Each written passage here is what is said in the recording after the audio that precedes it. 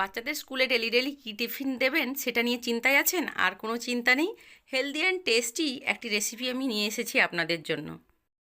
তবে চলুন কিভাবে বানালাম দেখাই। 1 কাপ গমের আটা আমি সামান্য লবণ আর এমনি নর্মাল জল দিয়ে মেখে এটাকে লেচি কেটে রেখে দিয়েছি রেস্টের জন্য।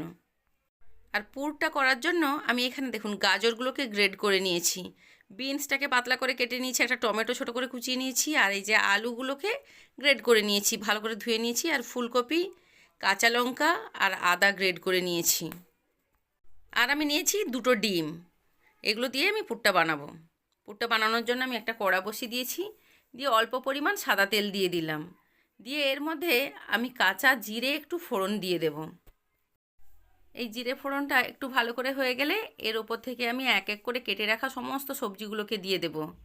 আমি Mamata, let's food up with মমতাতে আমার সমস্ত শুভাকাঙ্ক্ষী বন্ধুদের জানাই স্বাগত। এই টিফিন রেসিপিটা পুরোটাই ফলো করুন, তাহলে কিন্তু বাচ্চাদের টিফিন নিয়ে আর কোনো ঝামেলা থাকবে না, আর যারা সবজি খায় না তারাও কিন্তু মজা করে করে সবজি খেয়ে নেবে। এটা হচ্ছে মায়েদের জন্য বাচ্চাদের মুশকিল আসান। দেখুন এই সবগুলো দিয়ে দিলাম, দিয়ে এটাকে অল্প পরিমাণ আমি লবণ দেব, পরিমাণ মতো দিলে এটা ভালো করে তাড়াতাড়ি হয়ে যাবে। এটা কিছু সময় আমি ফ্রাই করে নেওয়ার পর ঢাকা দিয়ে দেব 5 মিনিটের জন্য। মিডিয়াম টু লো ফ্লেমে রেখেছিলাম, কারণ তাহলে সবজিগুলো ভালো করে সেদ্ধ হয়ে যাবে। দেখুন এটা ভালো করে হয়ে এসছে। এখন এর মধ্যে আমি কিছুটা পরিমাণ হলুদের গুঁড়ো দিয়ে দেব, অল্প পরিমাণ কাঁচা জিরের গুঁড়ো, কাঁচা ধনের গুঁড়ো কিছুটা দিয়ে দিলাম। আপনারা কাঁচা ধনের গুঁড়ো, জিরের গুঁড়ো না থাকলে নাও দিতে পারেন, কোনো ব্যাপার নয়। দেখুন এখন আমি এর মধ্যে অল্প পরিমাণ ফোটানো জল দিয়ে দিচ্ছি। এটা খুব ভালো করে তাহলে হয়ে যাবে। এটা জল দেওয়ার কারণ এর মধ্যে আমি ডিমটা দেবো, তো শুকনো শুকনো থাকলে ডিমটা সে খড়খড়ে টাইপের হয়ে যায়। সেই জন্য এটা এই দেখুন একটু নেতানো টাইপের হয়ে গেছে, মাখা মাখা হয়ে গেছে। এখন এর ওপর থেকে আমি একদম ফ্লেমটা লো করে দিয়েছি, ডিমগুলোকে ভেঙে দিয়ে দেবো, 2টো ডিম ভেঙে দিয়ে দেবো, তাহলে খুব সুন্দর মাখা মাখা হয়ে যাবে।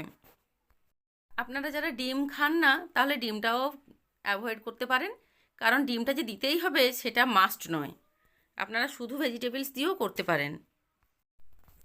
এই পুরটা ভালো করে হয়ে এসছে। এখন আমি কিছুটা ঘি আর একটু গরম মশলার গুঁড়ো এর ওপর থেকে দিয়ে দিলাম। যদি ধনেপাতা থাকে এটা দিতে পারেন, আর না থাকলে না দেবেন। দিয়ে এটাকে আমি ভালো করে মিক্স করে দিচ্ছি, দিয়ে এটাকে ঢাকা দিয়ে আমি কিছু সময়ের জন্য রেস্টে রেখে দেবো। আর পুরটা কিন্তু খুব ভালো হয়েছে। এই পুরটা শুধু পরোটা নয়, রুটি দিয়েও কিন্তু খাওয়া যায়, আর এটাকে মুড়ি দিয়েও খেতে পারেন। দেখুন এবার আমি পরোটাটা বেলে নিচ্ছি। এই যে লেচি করে রেখেছিলাম আটাগুলোকে মাখিয়ে, সেটাকে আমি ভালো করে বেলে নিচ্ছি। কিছুটা আটা দিয়ে এটাকে ভালো করে বেলে নেব।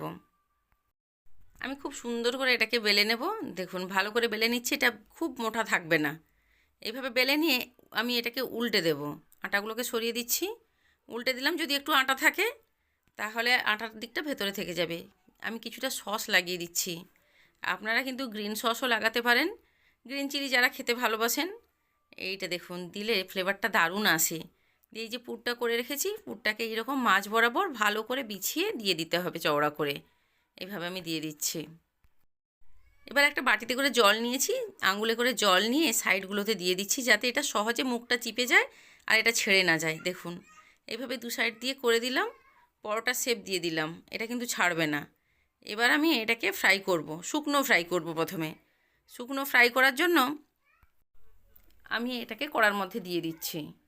এখন কিন্তু মিডিয়াম টু লো ফ্লেম রেখেছি, একদম হাই ফ্লেম দেওয়া যাবে না। দিয়ে এভাবে এটাকে আমি করব। আর দেখুন এক পিঠ হয়ে গেছে, আমি দ্বিতীয় পিঠটা উল্টে দিচ্ছি। এটাকে কিন্তু শুকনোই ফ্রাই করবেন, কারণ বাচ্চারা খাবে তো, হেলদি জিনিসটা হওয়া খুবই প্রয়োজন ওদের জন্য। তেলে না ছেঁকে অল্প পরিমাণ তেল আমি দিয়ে দিয়েছি, সাদা তেল। আপনারা চাইলে ঘিও দিতে পারেন, বা কেউ কেউ যদি চান তো শুকনো এমনি ফ্রাই করে তুলে নিতে পারেন। তেলটা দেওয়ার কারণ এটা একটু মুচমুচে হবে আর একটু ব্রাউন কালার হবে, দেখতে ভালো লাগবে। এইভাবে কিন্তু আমি সবগুলো ফ্রাই করে তুলে নেব এক এক করে। আপনাদের উৎসাহ ভালোবাসা পেলে আমি আরও নতুন নতুন রেসিপি আপনাদের সহজভাবে করে দেখাবো। আমার নতুন নতুন রেসিপির আপডেট সবার আগে পাওয়ার জন্য ফেসবুক পেজটিকে ফলো করবেন আর ইউটিউব চ্যানেলটিকে সাবস্ক্রাইব করবেন। আর ভালো লাগলে একটা লাইক কমেন্ট ও শেয়ার করে আমার পাশে থাকবেন। একটা পরোটা কিন্তু আমি এখানে কেটে দেখিয়েছি, খুব সুন্দর হয়েছে ভেতরটা। কিছুটা শসা কুচি আর কিছু একটু পেঁয়াজের কুচি, আর ওপর থেকে একটু সস দিয়ে এটা পরিবেশন করুন, বাচ্চারা একদম চেটেপুটে খাবে। দেখুন কত সুন্দর লোভনীয় হয়েছে। আপনাদের মূল্যবান সময় নষ্ট করে আমার এই ভিডিওটি দেখার জন্য আপনাদের সবাইকে জানাই অসংখ্য ধন্যবাদ। আপনারা সবাই ভালো থাকবেন, সুস্থ থাকবেন। আর যারা এখনও পর্যন্ত আমার চ্যানেলটি সাবস্ক্রাইব করেননি, প্লিজ সাবস্ক্রাইব করে রাখুন।